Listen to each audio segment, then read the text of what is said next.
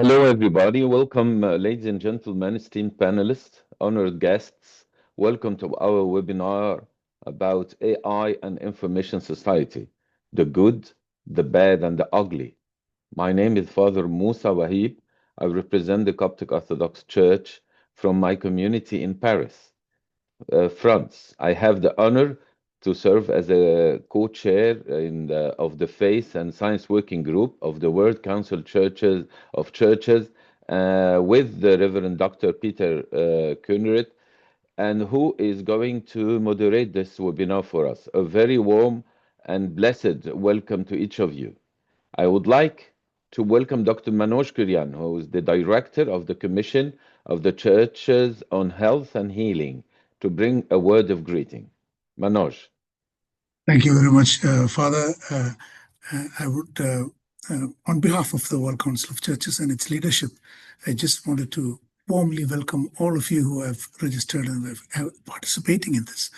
And the Commission has this working group on faith and science, which is chaired by Reverend Dr. Peter and Father Musa, and with our program executive, Dr. Michael Buttrey. We are so grateful for this work.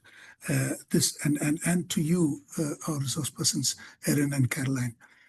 The faith and science group is not limited to just health, because there are it is a meeting point of all the different working groups, all the different commissions and reference groups of WCC, because faith and science intersects way beyond health concerns. As this topic for today indicates, you are all communications experts, ethicists. So it's a meeting point, and we know that the issue of science and artificial intelligence is influencing. There are no boundaries, no borders.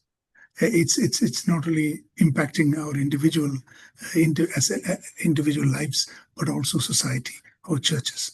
So this is the beginning of a series of very creatively called, the good, bad, and the ugly on various aspects of artificial intelligence. And so you kick off this very important conversation. I welcome you all. I thank you very much on behalf of the WCC and its fellowship. It's the widest Christian fellowship in the world. We have a very broad coalition of churches, and they are all listening to you.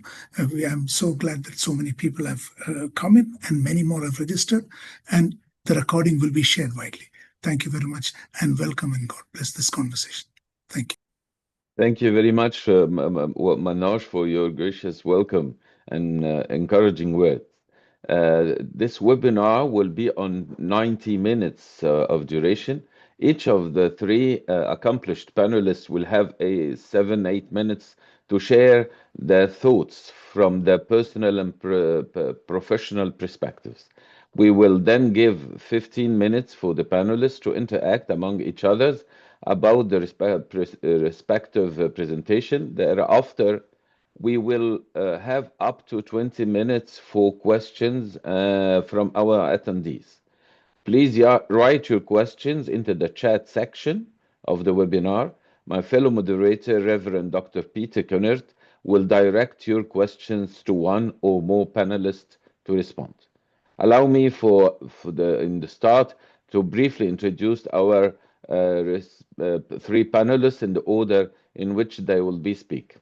First, we welcome Walter Hugo Munitz, who is a communication specialist for 10 years of experience, international mission-driven organizations integrating digital strategy with ethical impact-focused storytelling. Currently serving as a communication officer of the World Council of Churches, he focuses on climate justice related projects and coordinates the online production and social media teams. He has a proven record of growing audiences and leading hybrid events across continents. In recent years, Walter has developed expertise in AI governance, helping NGOs and faith based organizations to navigate the AI landscape while preserving their core principles and missions. I believe that Walter will use some images during his presentation. So welcome, Walter, and thank you for the communication work you're doing even in this webinar. Second, but not least, Dr. Green, Erin Green, an AI strategist, educator, and digital copywriter, and creator of the Joyful Bot. Dr. Erin teaches nonprofit organizations to use AI in their operations, communications, and programmatic work. She trains organizations in AI ethics and in the responsible use of this technology. Dr. Green lectures at Thomas More University in Mechelen, Belgium, and she has worked for the Anglican Church of Canada, the Canadian Council of Churches, the Conference of European Churches, Pax Christi International, as well as the WCC.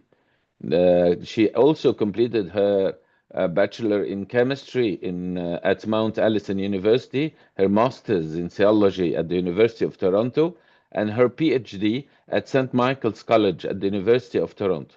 Her thesis was Robots and AI, the Challenge to Interdisciplinary Theology. Dr. Erin is currently living in Belgium. Welcome, Dr. Erin. Ms. Caroline Villemain, General Director of the Swiss NGO Fondation Hirondelle.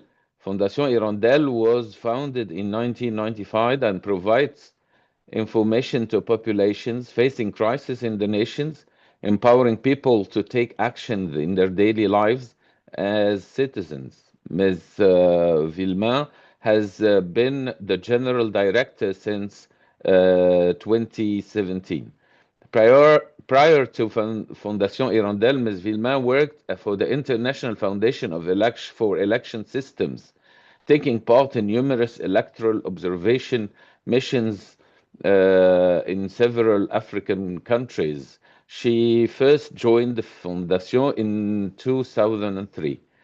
She was also in charge of the Radio Okapi, a project of the UN radio station in DRC, created in partnership with Fondation Hirondelle, eventually becoming Director of Operations in 2008. Ms. Vilma is committed to helping people interest media, including radio, meet the economic, governance, and technological transformation challenges that they face.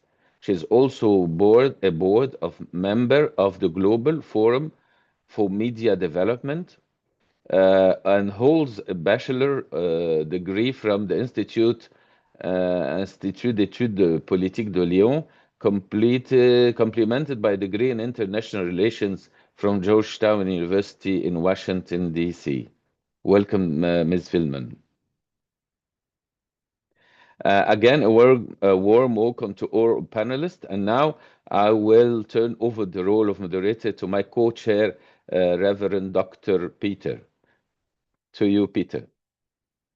Thank you, Father Musa. And let me add a warm word of welcome to all our attendees today. We are grateful that you are with us for this important conversation. And welcome to our panelists. Again, Walter, Erin, Carolyn, welcome. Again, about 8 minutes each panelist. Walter, we'll begin with you, please. Thank you so much. Yes, let's start it. I think we have a lot of people coming from US and Canada, so I hope we will be able to also give you a lot of information, make you awake, because it's pretty early in the morning, I think, for you guys, right? So let's start with a picture that I have here and I want to share with you. I hope you can see. So I want to start my presentation with this image because it says a lot to me. It remembered when I was a younger part of a Christian community in Brazil in the Focolare movement, and I was invited as a young person to prepare meals and also eat with people, homeless people in São Paulo. For me, that was a life-changing experience. It captured for me what faith community is about, no? Human care. This kind of care, closeness that can't be automated, optimized, can't be reduced to efficiency matters. I decided to start here because I want to be clear that for me, there are dimensions of this care that must remain profoundly human. So the question I have for you, that participants, is why should we as faith communities, faith-based organizations care about AI development? Today, I have 6 to 7 minutes to briefly explore some of the key aspects of this revolution with you and share my personal perspective, but also how we in the World Council of Churches communications team we are trying to approach this moment. So that is what I'm going to do now with you. So let's move to another picture. Here you can see there are 3 examples of technological revolution that transformed how we lived. Let me take one example among these 3. So when Johannes Gutenberg created this machine that could mass produce books, religious authorities were terrified. They had controlled access to sacred texts for centuries, and now a machine changed the status quo forever. So the printing press brought chaos, but also significant positive changes like the Reformation, mass literacy, and the democratization of knowledge. The technology, the machine was neutral, but how we used made all the difference. So now we are experiencing something similar, another significant change with AI as a tool. And we are asking the same questions our ancestors asked. Is it safe? Will it replace us? Who is behind it? What gets lost in the process? So let me tell a little bit about myself and where I came from. So as a Brazilian, I grew up in a context where scarcity forces us to adapt and improvise. We even call that the Brazilian way. The goal is to find solution using whatever tools are available to us. So how do you think I felt when I was first introduced to ChatGPT? I thought, wow, finally I have a super tool to help me do whatever I can do. It's strengthening my skills. So you can see the photo of this Superman with all these communications gadgets. I hope you can see this image. And besides becoming a more efficient as a communicator with transcription tools now that AI provides, language accuracy feedback, now I can also create apps without knowing code, generate images for funny memes, and brainstorm ideas. I can even integrate decolonization tools like the one you can see there that called Nadel, Words Matters, which I use to check if the content I produce has harmful terminology or not that I might miss because of my own cultural blind spots. Incredible, right? So, but as all the other revolutionary tools, AI brings also real dangers. And I think it's important for us to be aware of that. For example, in this slide, you are going to see images that I found in a famous online image bank which sells pictures to people. It is using AI-generated images to produce images that dehumanize real people and communities. So I think this is very important to. There was a lot of advancements on the like the work of the photographers on like picture people with like real people in their integrity, and now we see AI doing something else. Another example I want to share is a new study that was just released on the use of bots by children and adolescents. The findings reveal now how these young people perceive AI as a way to escape the neglect they experience from the adults around them. And the last one, I think is the most famous one, is privacy. So when you upload pastoral counseling, for example, counseling notes, asking AI to help organize them, where do you think those vulnerable stories, some of them even confidential, go? So if you don't opt out of these AI interfaces, they become part of a corporate database used to train the systems. So do you think are these theoretical risks or are they happening now? So it's very important to understand that. But when I thought about all this, the good and the bad and the ugly aspects of that, I was looking at this is such a complex context. What should I do? So I believe we need a structure able to reflect on these changes, and we need a clear framework to help us how to move forward. At the World Council of Churches Communications team, we have established an AI task force to develop a clear guidelines on what is acceptable when we use AI. The next step we are now planning is how to train our staff on how to navigate these technological challenges. So I want to emphasize one very important point. Beyond a reflective structure, it is essential to embark on a learning journey to grasp the risks and opportunities associated with AI, which are also evolving very, very rapidly. So after all these things, when I have started to reflect on the steps I could suggest to you, as a framework came to my mind as a helpful, that should work as a decision-making tool. And I call that faith.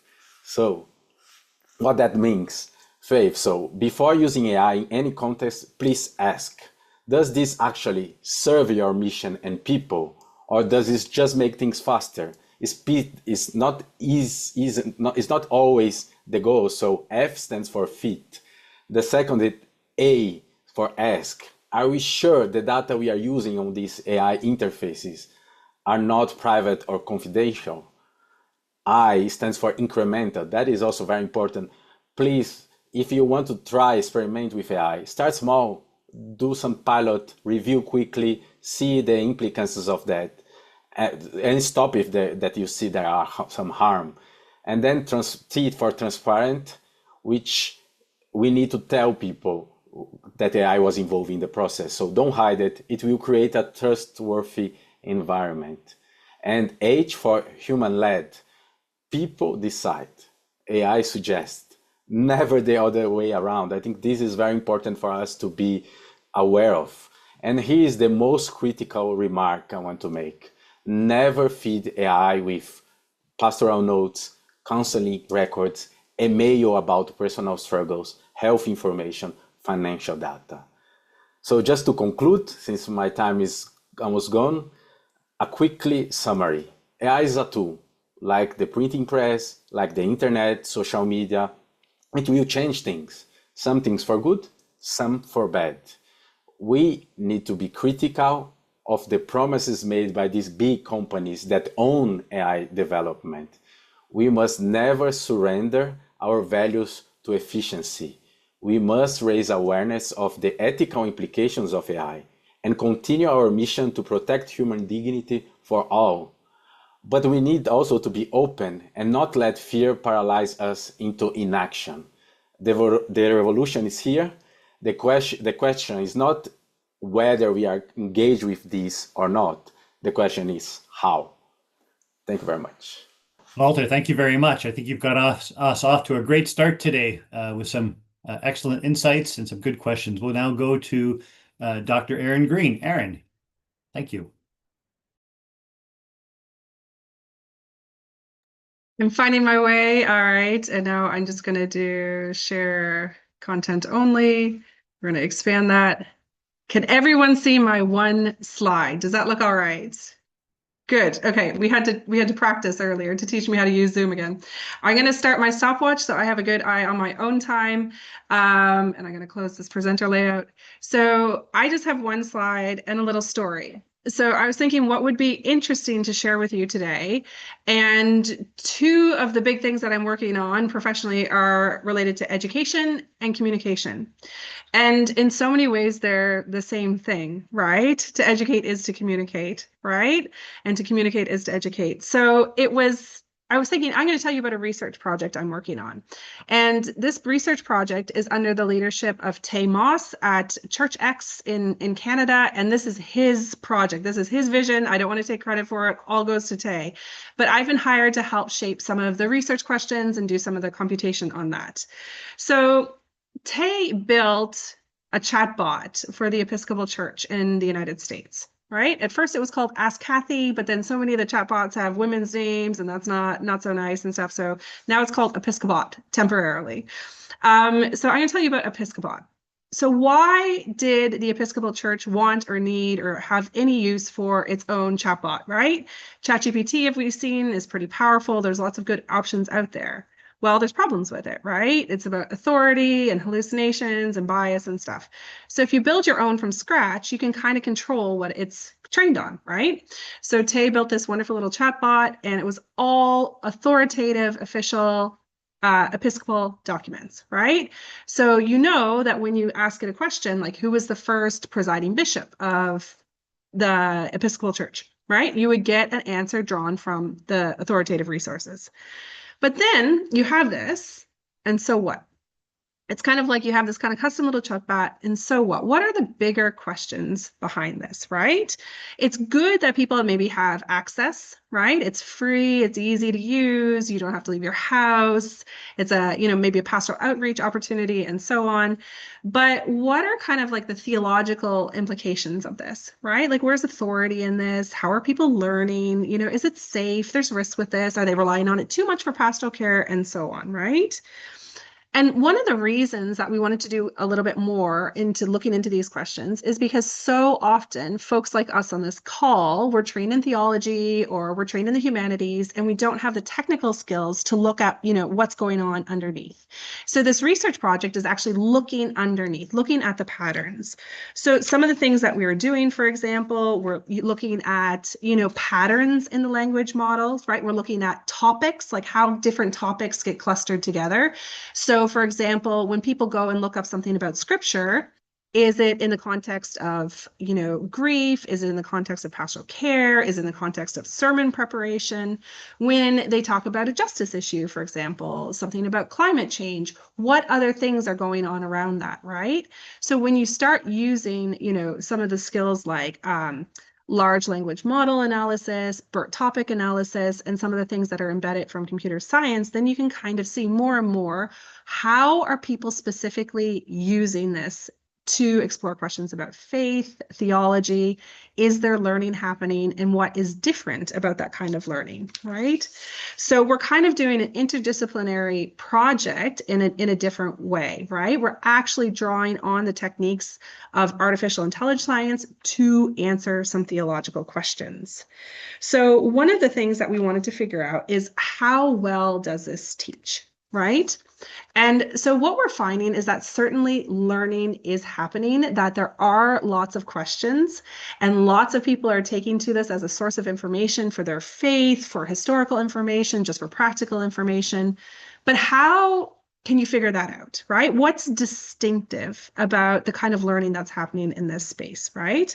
So one of the things that we notice is, first of all, it's hard to quantify learning, right? Learning is relational. Learning is often self-reported. Learning can happen down the road, right? Often something happens, a few years in the past, and then a new thing happens and you make a different connection. And then all of a sudden that insight is emerging from, these random things that have happened to you, right? It's also difficult to look at artificial intelligence and say, well, you can't say, for example, a short conversation involves no learning. Because, for example, I don't know how many congregations are in the Episcopal Church. But if I went to ask Kathy and I said, how many congregations are in the Episcopal Church of America? The chatbot would answer, and I would have learned something, and it would just be a two-part exchange, right? So you can't automatically say, a short conversation is not a sign of learning and so on. So what we're doing is we're trying to figure out a rubric, like a template for assessing how people are learning. And that is also quite difficult, but it will be ultimately useful because if we can say, all right, here is how you identify learning, then you can adopt that for all kinds of contexts, right? You could adopt that for, digital justice questions, for teaching, other kinds of training. So what we're testing is rubrics that already exist, right? Lots of smart people, including there's ISO standards on learning rubrics and so on. And we're seeing how do these hold up against what we expect from theological reasoning, from faith-based learning, and so on, right? And we see that there are some differences, right? So you can see in conventional learning, the acquisition of information, that can be learning. But when we look to faith and faith formation and the kind of questions that people are bringing to the religious chatbot, we see that, in fact, it's actually more about transformation, right? It's not just about the acquisition of information. It's about your formation as a human being and the transformation. So that is another way that we can kind of develop a rubric to identify, oh, is there information, formation, or transformation? So we're testing that as well. And then finally, you know, one of the things that is like obviously critical is how do we address that this is not embodied, right? That this is, you know, missing something. So everyone is super enthusiastic about artificial intelligence. Just in the 3 years that I taught at the university here in my hometown in Belgium, I saw a total shift in how we have to teach. And I think higher education has not been well prepared for that. We're totally behind the curve. But you know, when you look at these chatbots, how can you say that learning has happened and then still say, oh, well, you need to go to university, you still need to do this, you still have to follow webinars on AI and so on, right? What is the value add, right? To be, you know, use a little bit of corporate jargon. So what we're kind of coming to see is that sure, you can learn a lot, right? It can save a lot of time. It can give you good answers. Sometimes I get frustrated with AI. I use it, ChatGPT, quite a bit all day, and Copilot as well. But then what is distinctive, right? And so Tay and I are kind of coming to the conclusion that it's actually, you know, about the relationships that are formed in the classroom, right? That you have to develop this kind of community of learners, right? And this would be equally applicable in communications, for example. And it's that in those human interactions, what is there that cannot be achieved in the chatbot, right? So it's kind of this relational feedback, you know, the collaboration, the more hands-on things. And one of the things that I attempted to do with some success, which was actually really interesting in the last year that I taught copywriting, was that I actually had analog assignments. So I would just bring paper and markers and crayons and have the students do kind of offline examples. And that was actually a relief to them. Because one of my students, I'm at 8 minutes, I'm just going to wrap up. As one of my students remarked, I gave them a test. I said, tell ChatGPT what your writing style is, analyze the writing sample and all that kind of stuff, and then tell ChatGPT to generate something in your voice. Then take that and edit it. And I gave them 20 minutes to play around with editing and all that kind of stuff. And one of my students said, well, that was fun, but it was a lot more work than doing it on my own. So I think we have to, you know, return to the kind of the relational embodied qualities to reinforce what is happening when people interact with ChatGPT and other forms of generative AI. And I'll stop there. I'm a minute over. I'm sorry. Thanks. Erin, thank you also for an excellent presentation and a thought-provoking conversation. If communication is education, your communication has taught me today because I was not aware of Episcopat. So you've opened up my horizons already today. Thank you. We'll move on to Carolyn Willemin. Carolyn, it's a pleasure to have you here today. Please go ahead. Thank you very much, and hello everybody. I'm very pleased to be here today and honored. I'm going to talk from another perspective about AI, which is, sorry, I'm trying to get the dive here. I hope you can all see the screen. Yes. It's going to be talking about AI from the journalism perspectives, because as was said, it is about producing content. And traditionally, journalism, not only, but is one of the key sector producing information and content. And AI is, of course, coming and reshaping the roles of journalists and the role of media in content production. And Fondation Hirondelle is particularly working in fragile context, providing reliable information to population facing crisis. So for us, this revolution is coming even in some of the most fragile countries like Mali, Burkina Faso, Central African Republic, Myanmar. and the effects are there already. And I want to share with you some of our thoughts about this. As I said, we are currently working supporting local journalists in sub-Saharan Africa, Ukraine, and Myanmar. 2 years ago, we set up an AI charter for our newsroom, making some of the rules clear between generative AI, which is really for journalism the problem, if I may say, with a lot of potential deviance. But it is true that within newsroom, a lot of AI tools are indeed enhancing the productivity and the capacity of journalists.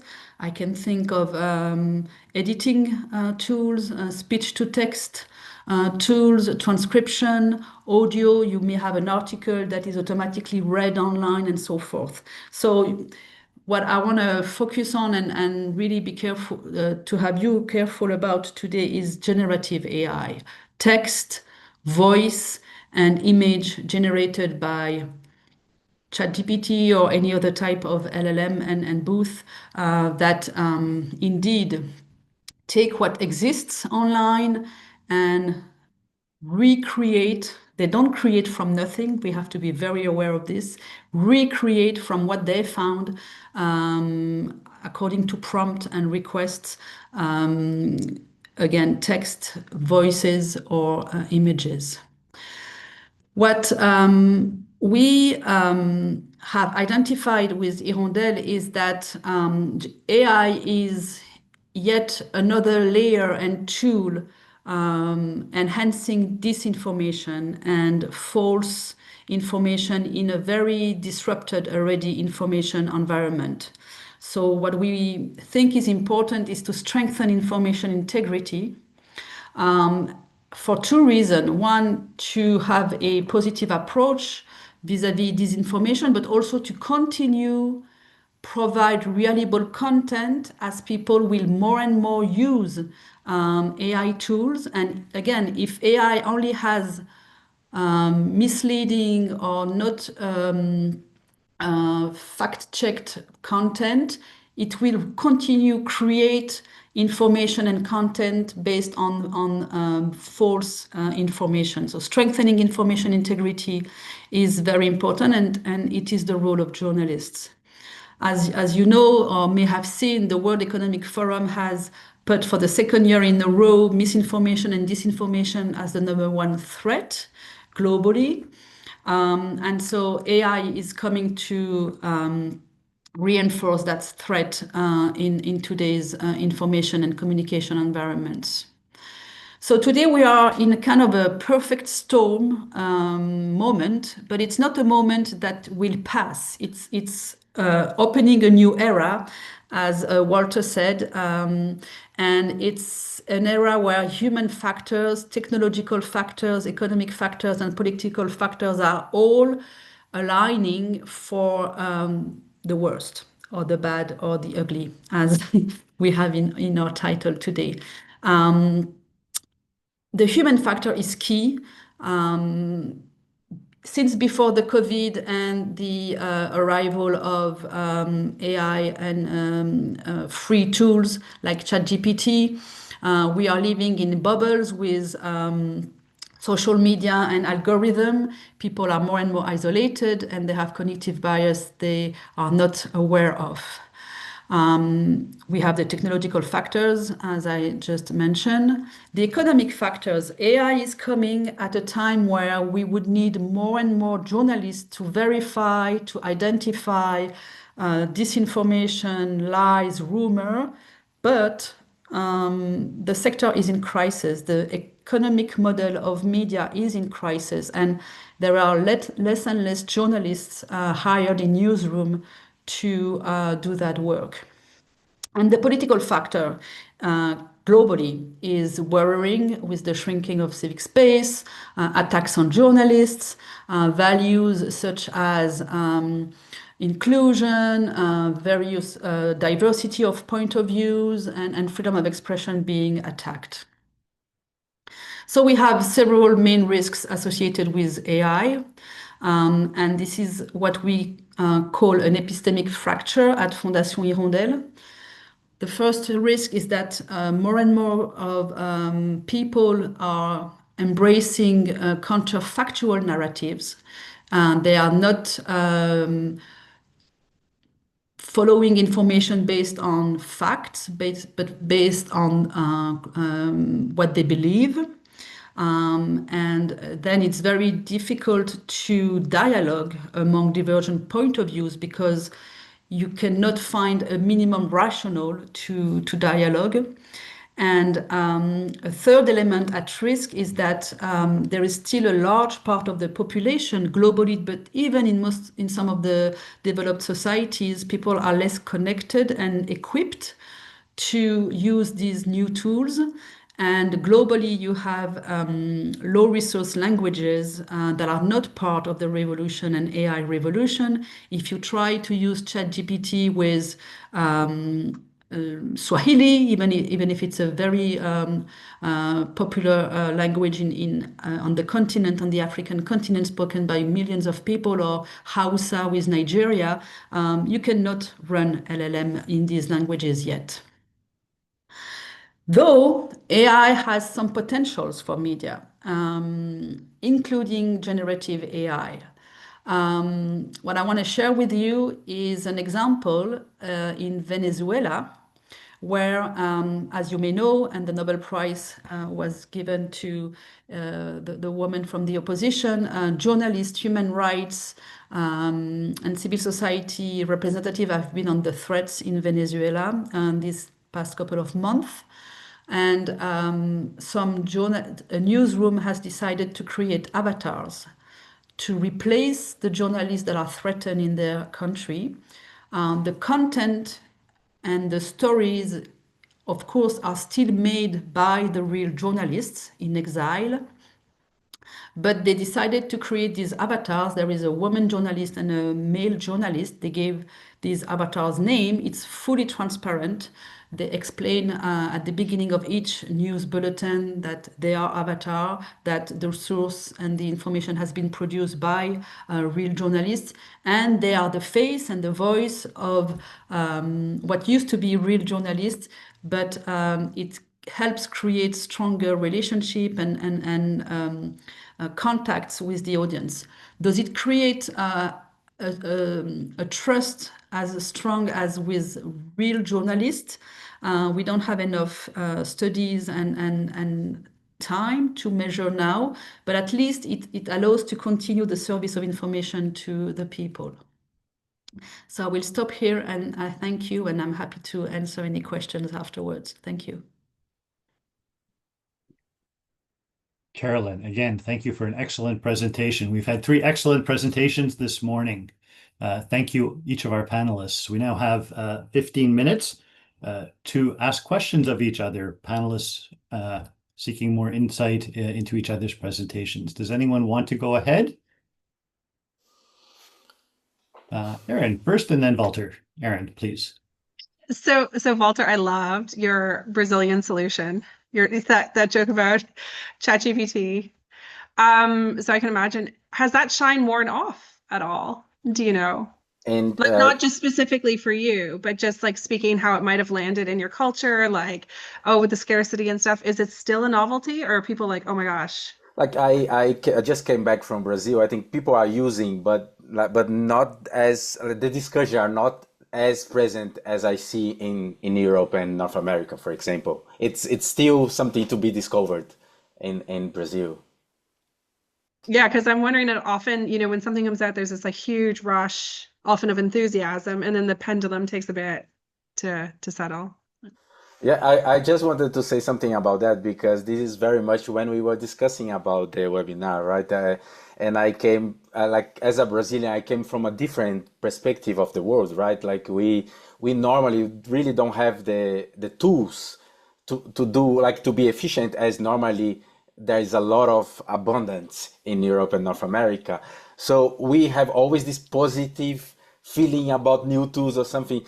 But from the other way around, there are less, I think, even like I say myself, no, I will not blame my culture, but like I sometimes I don't have the I didn't have, but now I see more the critical aspect of that, no, the implicances of that. And I think this is very, I think it's a privilege sometimes to be in an environment that is always critic about what like, and we just had a question on the climate issues. I don't want to reply to that, but I think there are so many elements connected to that that I think it's good to see from a different perspective, not just the practical utilitarian means connected to ChatGPT and LLMs in general. Carolyn, did you want to jump in on this question that or this conversation between Aaron and Walter? Yes, please. Walter, do you feel yourself or from your experience in Brazil that these new tools are colonialist because designed from the north by white people, male mainly? Is it something that is discussed in Brazil? How do you, what is your thought on this? Very good question. Thanks so much. I don't think there is no, almost all the tools are neocolonialist for me because they are created by some people who are making profit of that.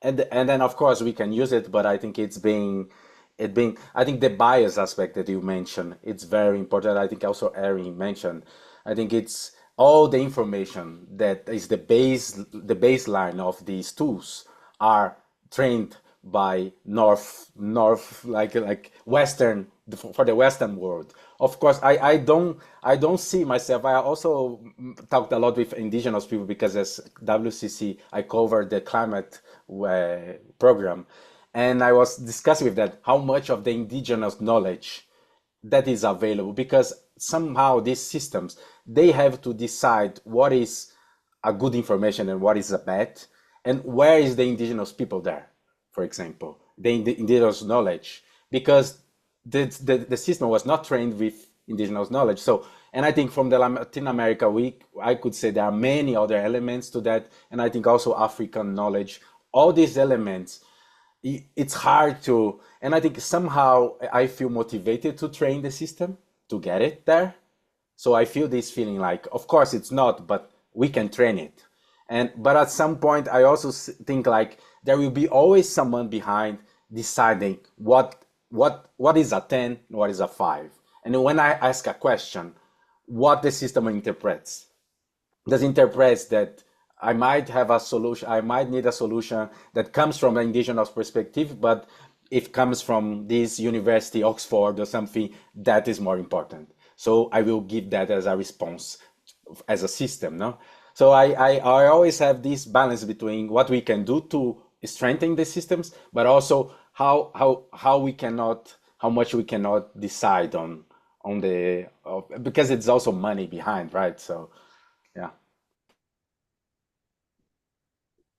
Can I ask a question for you, Erin? Because Okay, I'm because ready. I was really thinking about, because one of the many podcasts I have heard about on the use of AI from religious environment is the experience aspect, and I think many of the people here try to reflect on that, because there are dimensions of faith and the learning of faith that is experiential. Like I think it's not just consuming information, but it's also encountering.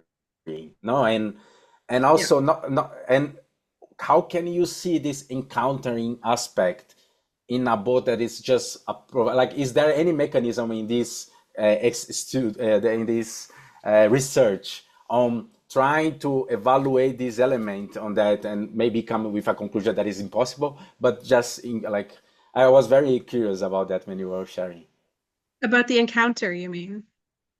Yeah, and I think we'll see that more as the technology evolves, right? Because I think some of the updates, as far as I understand the way ChatGPT is going, will, kind of draw in stuff from the the learning management systems and like online education and kind of develop, more tailored curriculum and that kind of stuff, right?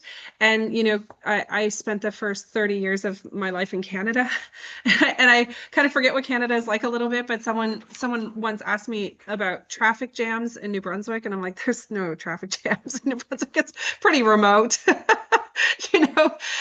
So I think, I was thinking a bit about how remote a lot of Canada is. And these kind of technologies are great because the churches in Canada, they struggle. Like one parish will have 8 people, and then the next one's like 300 kilometers away, and these kind of things. So, I do think they can facilitate encounter, but whether the encounter happens right there with the chat bot, I'm skeptical. I'm quite skeptical of it, right? So one of the things I was thinking about is how I would describe my relationship with AI and a lot of digital technologies. It's like it's a thief in a way. It can be a thief, right? It can take from you, right? So I had a rare evening offline a couple of weeks ago, and I finished 3 books, right? And I think we all have these anecdotes, right? But I remember the reason I wanted to start studying science and technology and all that kind of stuff even 20 years ago was because it doesn't make me happy, right? What is in this that doesn't make me happy, right? When you think about the things that make you happy, like really in your heart, it's like a hug from your kids, right? Or it's like, doing arts and crafts or whatever the things. Like if you ask most people, it's really these tangible things. But I think you have the memory of that or the recollection of that a little bit, right? Because I'm looking down the side of my screen and I see all of these cool people that I've met in my life. My old chaplain from Mount A is on the call, and so many friends from the ecumenical movement and stuff. But I think it needs to be in a kind of a subordinate position. But I want to be careful not to be also ableist here, right? Because for a lot of folks, digital is the most accessible, affordable, sometimes the only means of encounter, communication, education that they have. For a lot of folks too, might not be safe for them to be in certain spaces and so on. So I think that, that for me to be entirely critical and say that encounter doesn't happen or to be totally suspicious of it is also a reflection of my own privilege, right? That I'm a native English speaker, I'm middle class, I live in the West, I can pretty much access whatever I want. So for me to say that encounter should be primarily elsewhere is also just like entirely a reflection of that as well. Thanks, Erin. Carolina, do you want to jump in here, or do you have a different trajectory you want to go? I have a question for Erin. Please, how do you think and integrate the issue of digital education and new tools education when you're developing these new tools? Because it's people need to know what to expect, how to use, the limits, and 20 years ago when the internet was created, we all made the promise to do digital literacy, and we did not. And now AI is coming, and we are all promising to do literacy and learning about what are these tools, how do they work. There is a question, about what drives these tools, and particularly the companies that invented them, to be fully transparent and everything. And for me, public information, public service information about all of this is missing. So how do you integrate that in your classes and your work, please? Pedagogically, I find the best way to do it is through experimentation, right? So I have a few experiments that I like to do with folks. One is to have them use a chatbot to generate a text about something they know a lot about, like maybe their hometown or a sport that they follow, and compare across 3, right? And then it's not me saying, look, blah, blah, blah, Chat GPT does this and Copilot does this. They can immediately see, based on stuff they already know, oh, it doesn't do football so well, or it gets these things wrong. So I find just micro experiments really effective. Right. Similarly with like image generation, have them generate an image of a philosophy professor the first year I did it, it was all like white guys and beards and tweed jackets and stuff. And then the next year I did it, it was a little better. So just have them run experiments, but really make them do it on their own. Another good experiment is how to show bias is like to do doodles. And so there's one interesting doodle experiment. So if you would say to people, draw a stick person, right? Just imagine how you would draw a stick person. Almost everyone would start with the head, right? Start with the head. So immediately if I start drawing a circle and then the neck and AI thinks, that's a stick person, that's a human, right? But people who are neurodivergent, so like people on the autism spectrum, for example, they often don't. So my little guy, he would start drawing a stick person with the toes, right? So he would draw one toe and another toe, and then maybe a toenail, because you got to get the details, right? There are details, and maybe a little hair on the toe, right? So that is an interesting, those kind of little experiments say, okay, well, most of us start with the head. And so AI is going to think, circle and a stick, that's a stick figure. So who's left out? Folks like my little guy who starts with the toes, right? So I find that if you look for like these kind of game and hands-on experiments, that's actually really effective, right? And it has to be something that the people already know about. Another example that I do is my kids are school age, and so I use AI to, when they have to memorize something at school, I'll just use AI to make a song out of it, and that's what we listen to in the car, those kind of things. So I think, almost, that kind of cliche, explain it to me like I'm 5. Well, explain to me like I'm 8 or 5 or something like that. And if you find those kind of things, I have found that to be the highest impact in my teaching, to be honest. Okay. I'm going to jump in here with a question for all 3 panelists. It's been called that we're in the information age now, and you might say we're also in the disinformation age now. And theologically, as I was thinking about today's presentation, I was having a Good Friday moment last night. I was with Jesus before Pilate as he was on the way to the cross, and Jesus says, I came into the world to testify to the truth. Everyone who belongs to the truth listens to my voice. And Pilate responds with those famous words, what is truth? Right? Feels like we're in a moment now where it's really hard to understand what is truth in the world.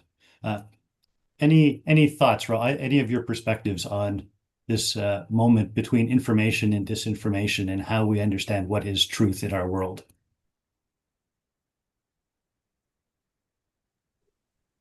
That's a hard question. Yeah, it's very philosophical, but again, from a journalistic perspective, truth is what you can verify at a moment. So what you can verify today could change, the facts could change, and it's not true the day after. This is why, as a journalist, you ask the 5W, when, why, where, who, when. And if one of these change, then that reality changes. And you verify, you cross-check to present a fact as honestly as you can. But it's not set in stone. And then you have, from scientific perspective, truth that are also sometimes verified by others and called into question. But and the truth is never to be said, as untouchable. This is also critical thinking. And with today, disinformation and social media, the difficulty is when you are maybe too critical and you don't even want to address some facts because they are coming from an institution you don't trust, or because you think the media are corrupted or whatever. And so you need critical thinking, but based on a minimum set of trust in your sources and the facts that are provided. Thank you, Carolyn. Anyone else want to add their own thoughts on the question? Walter, you, me, I can always go, but No, I'm also like professional journalist, so I think there is also an element of the source, how we can verify the sources and how we can trust on the sources of truth. No, because at the moment that you state this is the truth, we need to be able to verify. Then Caroline said that very clearly. But I think with AI now, it's really, really hard to verify things because people think that AI is a static thing, but it's dynamic and it's reconfiguring truth all the time. So and I think this is very important for people to understand. There is no truth that it's static and then AI is just giving you that. It's also adapting to the way how we interact with that. And also not just on facts, the elements of facts, but also because I think there is also this pleasing element to AI that people don't understand that is also connected to the hallucination element. Is AI wants to give us the response. And yesterday I read a document on they put three LLMs, now this large language model like ChatGPT more than another, to fight against themselves to try to come up with the best marketing plan. And it's really interesting that at some point they started to inventing things just to be chosen at the one. So like this dynamic element I think the truth has to also be seen as a dynamic thing if we look at AI as a source of responses. But I think this is very dangerous because then we get in this relativism kind of element. And so I think this is one element I think that AI brings on the strengthening of the sources that can be revised. And if we don't take care, and I want to bring that aspect of the legislation element to that. If we as faith communities, we are not enforcing the mechanism of legislation, like there is a lot of many discussions about how we are going to tackle this issue. But I think I see it as the faith community's call to advocate for more like a clear way to identify these elements and protect the dignity of people and the dignity of truth. Like not that there is how we are going to walk throughout the truth if we don't have sources that can be verified, that we cannot go back and see, oh, so the AI brought me to that, so what is the connection? So, and that is really, really dangerous because since it's a language model, sometimes it sells you something that looks clear, looks reasonable, but it's completely fake. So I think that is very important to have in mind. Thank you, Walter. Maybe we'll stop our panelist conversation here. Thank you very much for an engaged conversation. We'll now start taking questions from our attendees. If you have not yet asked your question, please put your questions in the chat, in the Q&A section, please. A first question, maybe to Walter. In the church, lots of clergy do advocacy and interventions online using email, sending Google Docs back and forth. Sometimes congregants send personal or family health information. Any guidance to clergy, to churches, congregations, how they should handle using social media or the internet for doing their pastoral work? Good question. I mentioned that a little bit in my presentation, but I think that there are the ways we have used, the emails or something that, and of course we can never, we cannot trust in any of these digital, but there are some elements related to AI that are more complicated because it's the training aspect. So that is what I wanted to say, because many of these AI related tools, and for example, I know Microsoft now, it's embedding Copilot inside the Outlook, for example. I know because that happens in, but I think Microsoft has some agreements more, they say it's not 100% sure, but when you have an enterprise kind of account, they protect a little bit more. They are more into the legislation of Europe, for example.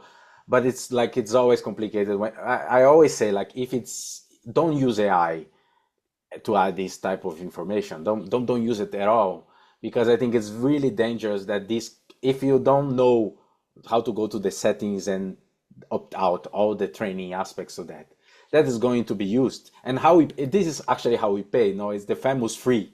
It's free, so I can use it. But actually, you are paying with your data, and those people are very happy to get free people training the system. So I think that is very important to acknowledge that everything that you use that you are not paying, and sometimes even when you are paying, if you don't opt out, it's going to be used for training purpose. So that is the basic thing that you need to be aware of, to not expose people. Like, I think, like, there is the caring part, no? Like, most of the churches, they take care of people, so don't expose them to these, like, the information, to these like big data elements. Yeah.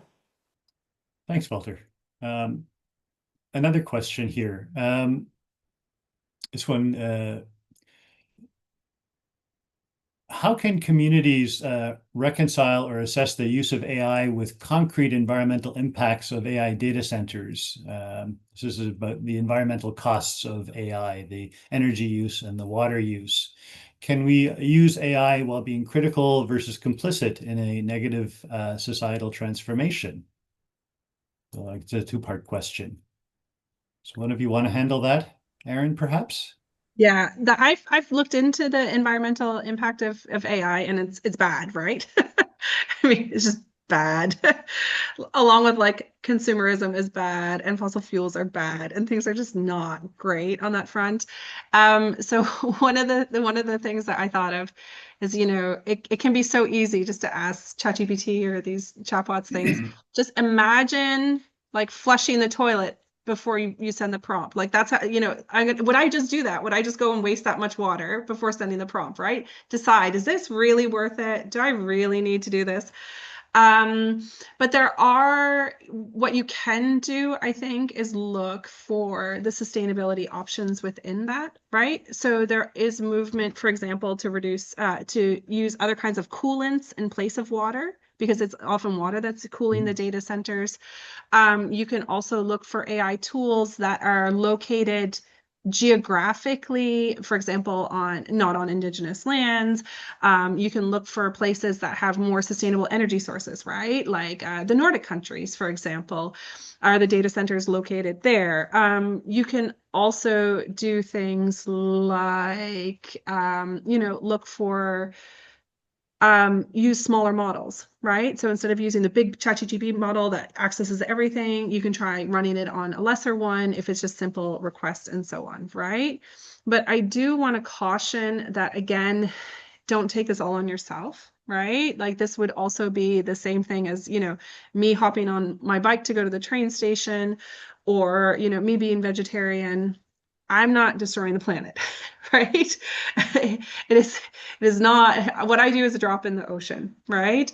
But I think what might be helpful is to reframe these digital choices along the lines of, keeping your digital behavior consistent with your values, whether they're faith-based or not, right? So if you care about the planet, it makes me feel good that I'm not eating animals from factory farming, for example, right? Or I try to bike instead of hopping in the car, right? It's not the illusion that this will make a difference today on the grand scale, but it's about keeping in touch with, the things that are important to me. So there are possibilities out there that you can look into, but indeed the environmental impact is terrible, but you could also, if you have the opportunity to advocate, for example, you can push for things like running large-scale calculations at night when energy costs are lower and so on. There's possibilities out there. So don't lose hope, but it will take a bit of digging to find some solutions. Thanks, Aaron. Carolyn, did you want to jump in here? Yes, two things. One is what Erin said, but I think something to take into consideration and really not take the habit of AI and these LLM are not search engine. So the same way Erin was asking, do I really need to do this? If you ask a question about who is the name of the president, what is the population of X country, continue use Google. You don't need to use ChatGPT because it's costing in terms of power and water 10 times more. It is not a search engine.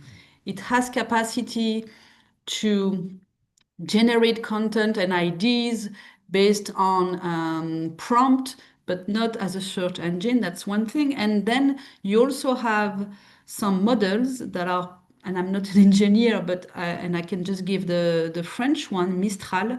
The chip they used and the technology is less an energivore. Sorry, it's using less energy than ChatGPT or Copilot and these others. So you can also choose which tool you want to have in your consumption. Thank you. Thank you for that helpful suggestion, Caroline. Walter, I think you wanted to jump in here too. Yes, I don't want to say something that contradicts what Caroline said, because I think it's very clear that we have as people an option to do it and to help in the climate aspect of that. But I wanted to also remember that most of the energy created in this world somehow harm the environment. I always think about my people, the indigenous lands and the environment in Brazil. So we have these hydroelectric huge plants producing energy, like harming like the land of indigenous people, and also creating a lot of waste. And I think about nuclear energy, the waste that it produces. So I think it's not just AI. I don't want to say that. Like, I just want to say, like, we can always, and this is our duty, I think, even as churches, to go for the legislation aspect to that. Because what churches are doing, for example, in Brazil, I know even the Catholic Church, is to protect and to advocate for those people who are being harmed for energy production in these indigenous lands, for example. And I think that we can use AI, I would say, following what Caroline said, being aware of our imprints on that, like what we do when we use, to be aware of that. But as a group of people, as a collective voice, we can advocate for legislation. And I think this is the very important aspect for churches to be aware of. Now we have another fight to go through. Now that is the AI legislation that is respecting people's dignity and also the environment, like the care for creation is connected to that as well. Thank you, Walter. Okay, another question. And I'm going to frame this a little bit. So Pope Francis, the recently passed Catholic Pope, has reminded everyone that technology is neutral, right? It depends on how you use the technology, whether it's going to be technology for good or technology for evil. AI is that way too. Can be used for good purposes, as we've heard, can also be used for bad purposes. So here's the question. How is AI driven in a negative direction? Is capitalism the driver? Does negativity make money? Maybe Carolyn, we'll start with you. I'd like to hear your response on that. Thank you. There was a big summit in Geneva, beginning of July, called AI for Good, with 150 member states under the UN leadership, the International Telecommunication Union. And it's quite frightening because nobody is working for AI for good. Again, because all solutions are developed by private companies that have no interest in public good. They want your data, they want to make money, they start for free, so then they can charge you with a monthly or yearly cost, or just have advertising come to ChatGPT. That's the next plan. So yes, capitalism is what is driving AI. For me, there is no doubt about this. And I hear you, Walter, but there is no light at the end of the tunnel right now about legislative options, because we would need a world decision on what are these tools, are we going to use them? And the US clearly made the decision that they don't want regulation and they will not accept regulation. And EU has started a regulation act, and it's under pressure for it and because of it. So I am not optimistic at all. And I really think AI in that case, it is not neutral. It's not neutral.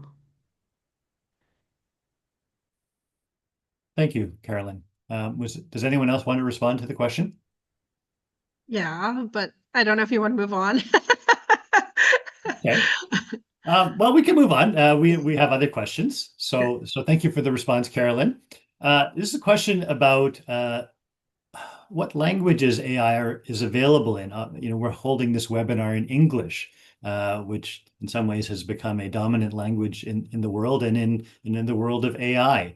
I imagine you can get some AI in French and German and Spanish, perhaps Russian and Mandarin, but there are many languages in the world where there's very, very limited resources. Anyone working to expand linguistic access to AI? Carolyn.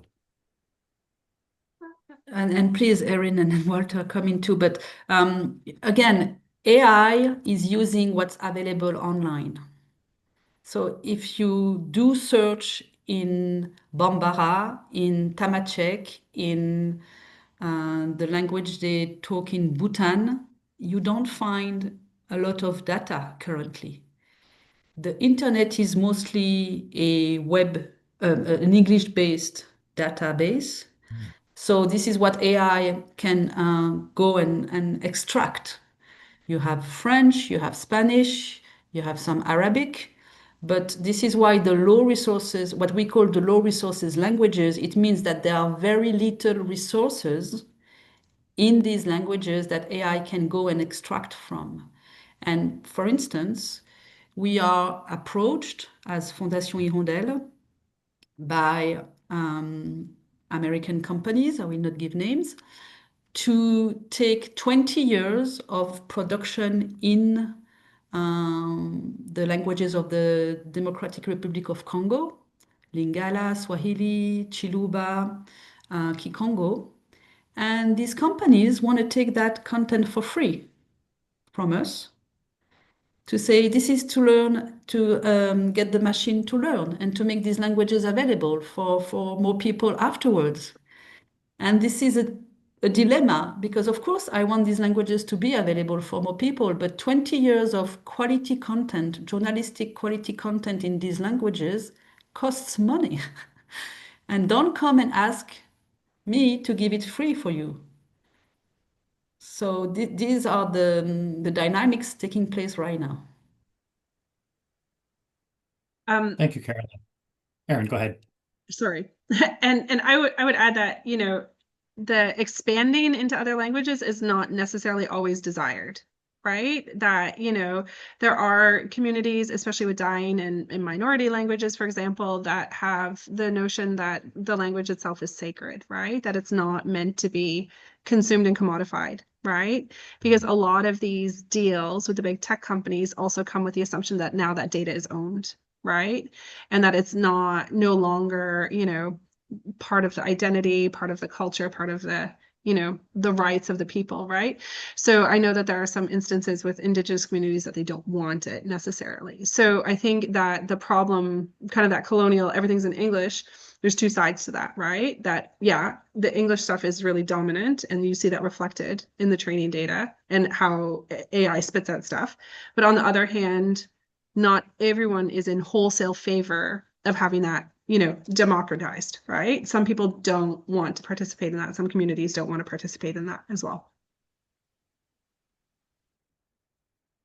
Thanks, Erin. Anyone else? Final comment?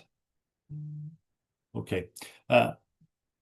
One comment that came in through the question and answer section, someone said, wait, maybe I should just opt out of AI, right? So that my congregation is assured that when they hear something from me, it is uniquely mine.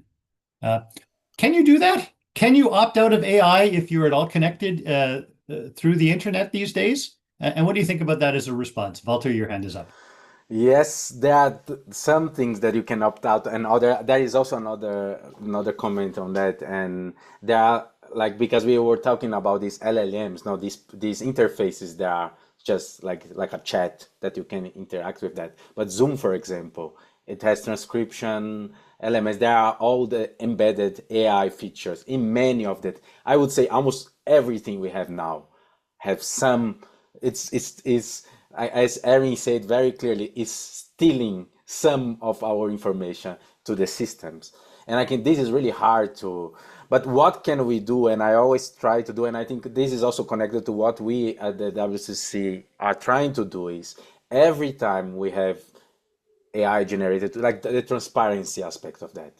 Because I think otherwise people get confused, like they receive an email from me, was it me who wrote or was AI who wrote? Because the English is so perfect that it's not, it couldn't be me actually. So I think that the value we give to original content, I would say, it has to be like something that we appreciate. And we counterbalance on that when we, for some purpose, we use any of these tools, and that sometimes you cannot opt out because that was the question.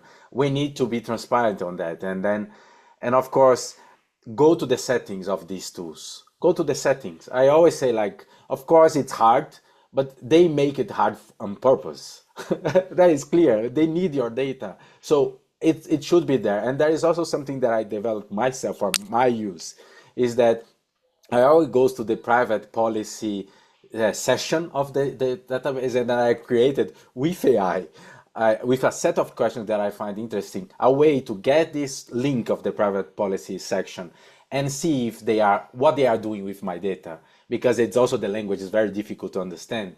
So I think it's very important for us to find ways to go and not just be comfortable with, I agree with everything, and then I think there are ways to opt out that are hidden, are difficult, but it's possible, and are not possible. You need to be aware of what you share.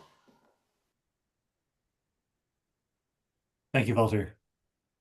We have about 7 minutes left, and that will include sort of final thoughts from our panelists. Maybe we'll leave with one final question. This was a question about what is the role of churches around digital sovereignty? So in this information disinformation age, what is the role of churches around digital sovereignty? And if there is a role for churches, who should that role be face to face with? Is it with the tech giants, with government, with media ownership? Panelists, who would like to be the first respondent to that question? Carolyn? Erin? Is there a role for churches? I would say with every relevant channels, and yes, governments, policymakers, tech companies, they made their strategy to have each sector come and talk to them. So we are all divided. The media sector, the church sector, the environmental sector, and they divide to conquer. So for me, either there is a global movement, which could be we all boycott and say, we don't want to use your tools anymore. That's it. You have to change. But I don't think that's going to happen. So I would try to trust the policymakers and governments, but. Thank you, Carolyn. Erin, do you want to step in? I feel like Carolyn's butt at the end was so telling. There was a lot in that. That was really, I loved it. That was, yeah, but we all know how that's going to go. I think, I come from the United Church of Canada, and we like to put a lot of emphasis on justice, right? Social justice, environmental justice. So for me, I kind of come at it, from the angle of this kind of thinking, right? Rather than like digital sovereignty and all that kind of stuff. From a theological perspective, I would think about it in terms of justice. So what I always encourage, and I've done a lot of work with this with WAC and WCC, is seeing the connections, right? Like we already talked about the link between generative AI and ecological justice, right? And we've talked about bias, and that would be about racial justice and maybe gender justice and stuff. So I think that when we kind of look at these things, it would be actually not to take on, questions around digital sovereignty as though they're new and independent and totally different, right? They're often interconnected with things that we're already doing, right? And I do think that one of the narratives that's at play in this kind of advocacy is a little bit like, oh, this is something you can't understand. This is so big. This is unstoppable and all of this kind of stuff, right? Like you have to see, what do you know about it? It's like exclusionary. And I don't buy that, right? You don't have to understand how the AI works, right? To say, oh, I don't like how this is impacting us, right? So I would just kind of dive in and see where it's already at stake. And if that's part of your tradition, that's great. Thank you, Erin. Okay, we have maybe 1 minute, just over 1 minute each for final thoughts from our panelists. Where do we go from here? AI is all around us. We're struggling to use it as churches for communication. What's the next step for people who are part of our gathering? What's the next step for our churches? Walter, we'll start with you. Okay, I think one step is continue to follow this series of webinars, right? I think this is one like you are going to share, like to be educated. I think education, it has a huge role in this process and this journey. It's a journey, and I think like how can we have these moments of discussion if we are not educating ourselves? Like if we don't learn how to deal with this moment in society to be able to find our space, no, like that is connected to the question. Like I think there is no space, there is a journey. Like we need to be part of that journey, but not just on the like trying to instrumentalize the tools. And I think this is very important for me. We sometimes is like say, okay, just jump on this tool because like, but I think that the photo that I started my presentation is connected to that. I think we need to understand this revolution, to go back to our essence, that is the encountering element, that the rich AI companies are trying to diminish the value of human beings, the human contact, providing many other tools that sometimes remove ourselves, that who we are as churches. There is this place of care, place of closeness. If AI and those tools help us to go there, we do it with care. We need to understand. We need to, but if not, be one that advocates for not being in that space and be proud of that. I think this is, we need to find our space in this journey. In that, so that is would be my message. Thank you, Walter. Erin, final thoughts, about 1 minute. The hard one. I mean, I guess the thing that came to my mind is like keep calm and carry on. You know, like I think one of the things that's, you know, you hear so much about AI that's so hyperbolic, but I had this great book as a child and it was written by Bill Gates in 1989. And you can imagine how earth-shattering it was about computing technology. And now you look back on it, all of the predictions were wrong. It just sounds silly, you know, like it was like he was not like a visionary, like it just all that kind of stuff. So I think, you know, I would just recommend, you know, keep calm, don't believe the hype, right?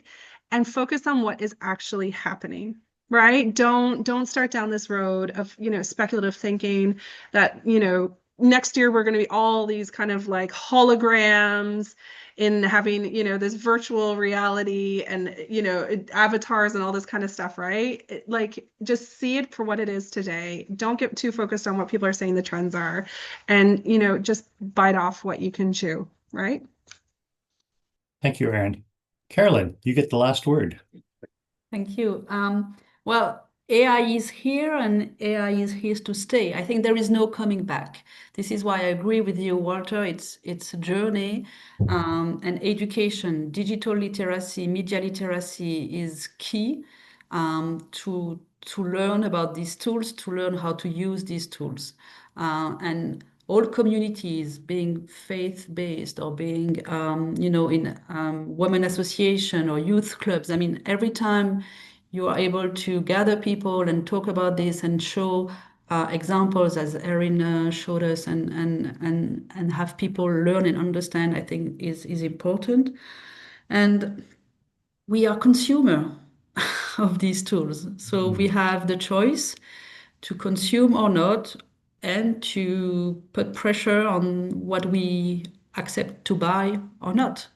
And like for many other issues, I think we sometimes forget that we do have that power, and we can use it collectively.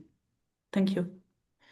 Carolyn, thank you. Walter, Aaron, Carolyn, thank you. It's been an engaged conversation. Attendees, you'll see that there are resources for further reflection and reading in the chat. I now turn over to my co-chair, Father Musa.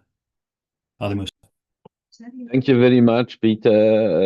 It was very much interesting, enjoyable, where we had a real participation, a real information. Uh, I don't believe in AI now. I believe in our panelists. They brought us a lot of information today. It was very interesting. It was a nice evening. Thank you all for participating to this webinar, but we need of you to evaluate this webinar because this is our second global webinar and we would like to continue. And that's why we need to evaluate to provide you feedback today and also to help us to plan future events. For those of you who are not are interested or are interested in supporting and furthering our work at the intersection of Christian faith and science, particularly in the rapidly expanding field of artificial intelligence, we would like to provide you with a link to make a financial donation if you want towards continuing this work at the WCC. You will find the link at the chat section of the webinar.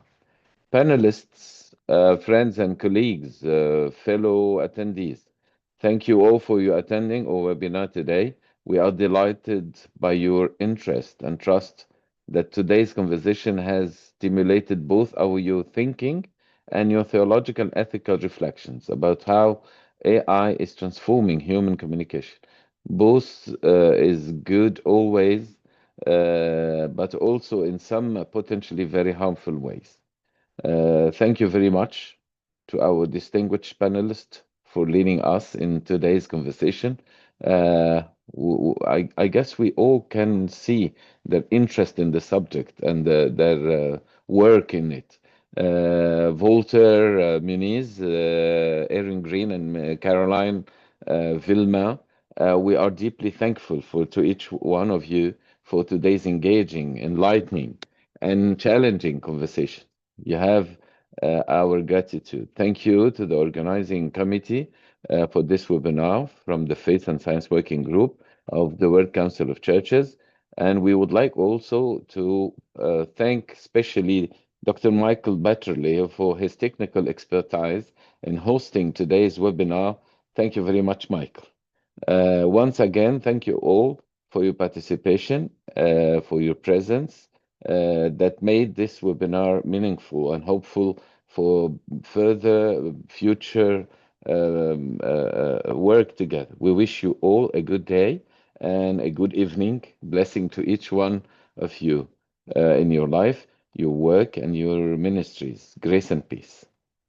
Goodbye.